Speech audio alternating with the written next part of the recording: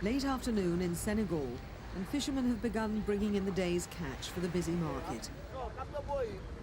This is the village of Soumbedioune, on the outskirts of the capital city Dakar. This afternoon homecoming has long been the highlight of the day in this village, and people's livelihoods depend entirely on fishing. But these days, fishermen here have little to celebrate. Fish stocks are disappearing fast. Many boats return almost empty. The fishing industry is at crisis point. The dramatic depletion of fish stocks means that the livelihoods of fishermen like these are now under threat. Ndeye Ndiaye is awaiting the return of her 5 boats, operated by her sons in what's a close family business. She blames the crisis on trawlers from the European Union, which have fished these waters for the past 2 decades under an agreement with the Senegalese government. In January, the agreement expired. Senegal said it wanted to renegotiate the terms. There are no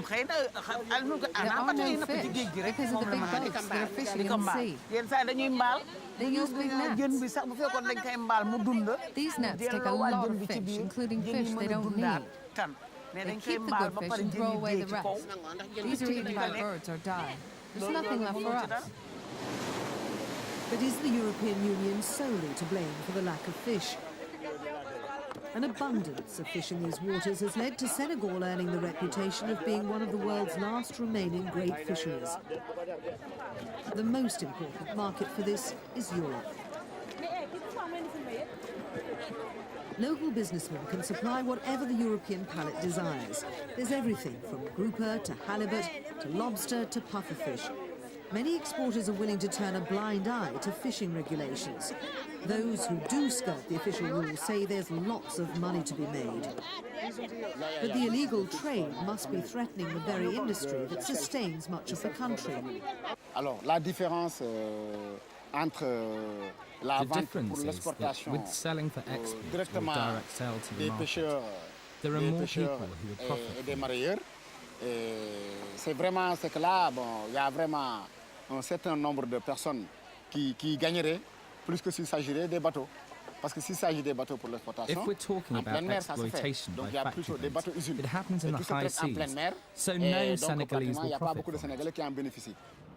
2/3 of this country's export earnings come from fish exported to Europe. Negotiations for a new agreement with the European Union are due to begin again in the next few weeks. Such agreements last an average of 3 years and stipulate the royalties to be paid, the number of observers on each ship, and the number of local workers foreign boats must hire. Often the EU pays a flat fee for access rights to a fixed quota of fish. This amount can sometimes be a considerable percentage of an African state's national budget. But the presence of trawlers like these is driving local fishermen further afield. Since the beginning of April, over 100 Senegalese fishermen have been arrested fishing in the waters of Guinea-Bissau. But the problem doesn't just end here. Haidar el Eli runs a scuba diving centre in Dakar. He's been monitoring fish stocks over the years and is convinced that the European Union is not solely to blame. Instead, he says local fishermen aren't using responsible fishing techniques. His opinions have landed him in deep water with the government and with fishing groups here. But he insists that he can illustrate his point underwater. The large trawlers use meters of net to haul in their catch of cod, haddock and snapper. But the nets can break, and many end up on the bottom of the sea. Haidar says there are thousands of nylon nets filling the seabed. It's one of many techniques fishermen use here that's outlawed in other countries. It doesn't take long to find what he's talking about. Discarded and lost nets get tangled in the many wrecks that line these shores. Being nylon, they aren't biodegradable. Haidar has formed a green party to get support on the ground and spends much of his day underwater trying to untangle this mess. But he also recognises that over 500,000 tonnes of fish are caught here every year, the majority destined for profitable foreign shores. With Senegal's fragile economy, his arguments are falling on deaf ears. His comments and his party have not been made welcome. Les accords européens prévoient 10 The agreement between Senegal and the European Union means that only 10 boats from the EU are allowed to fish in our waters. This compares with 170 Senegalese boats, most of which fly flags of convenience. De nationalité en tout cas sénégalaise, Then have over 11,000 small boats used by local fishermen. Which do you think is the biggest threat? Alors, est-ce que le the 10 danger, European c'est boats, ces 10 bateaux? Est-ce que le danger, the c'est ces 170 170 bateaux? Senegalese, Les Sénégalais, or the est-ce que le 11,000 danger, c'est fishing les 11 000 boats? pirogues? Fishing in Senegal is not monitored. These fish are being caught in a breeding area close to the shore. These aren't small fish, they're babies about to be sold for bait.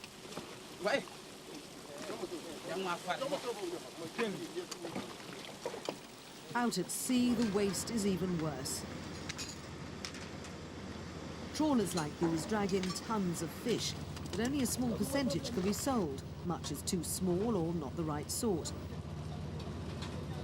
The majority is thrown overboard, most of it already dead. Qu'est-ce qui se passe? What happens here? On a un pêcheur artisan On the one responsable side, we have qui utilise responsible une technique fishermen traditionnelle who use a traditional bonne, fishing technique qui n'attrape rien. and who doesn't catch any Il fish. voit à côté de lui un autre pêcheur On the other hand, qui we have a utilise des fisherman who techniques uses prohibées, banned interdites, mais qui techniques, ramène du who poisson. brings home fish, Lui, on lui and is fait not rien, il gagne de arrested. l'argent. Le pêcheur responsable, The responsible il ne fisherman me is ramène therefore rien. Alors, tempted to do the qu'est-ce qu'il va same. faire, vous croyez? Il va faire comme l'autre? C'est là que, That c'est is là a que se real trouve le danger. vrai danger. The old agreement allowed only 10 European Union boats to fish these waters. Faced with dwindling fish stocks at home, Brussels would like to see a big increase in its fishing fleet in Senegal. Local fishermen, meanwhile, are desperately struggling to bring home enough fish to survive. Respecting internationally established fishing practices and quotas is simply not a priority. For the government, the entire issue is a question of economics. Under the last agreement, the EU paid 48 million euros over 4 years.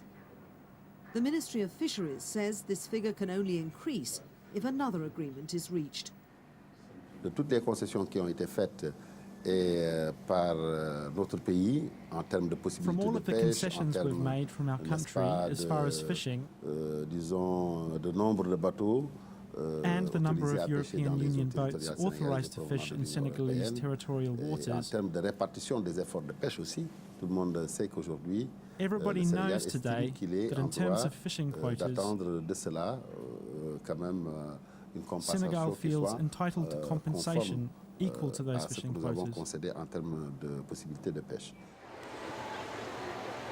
The European Commission's announcement this week that it's to slash the EU fleet is one of the biggest reforms in European fishing policy for 30 years. But if the EU is depending on countries like Senegal to supply an ever-increasing demand, it may be in for a sharp shock. This part of Africa has welcomed the EU income.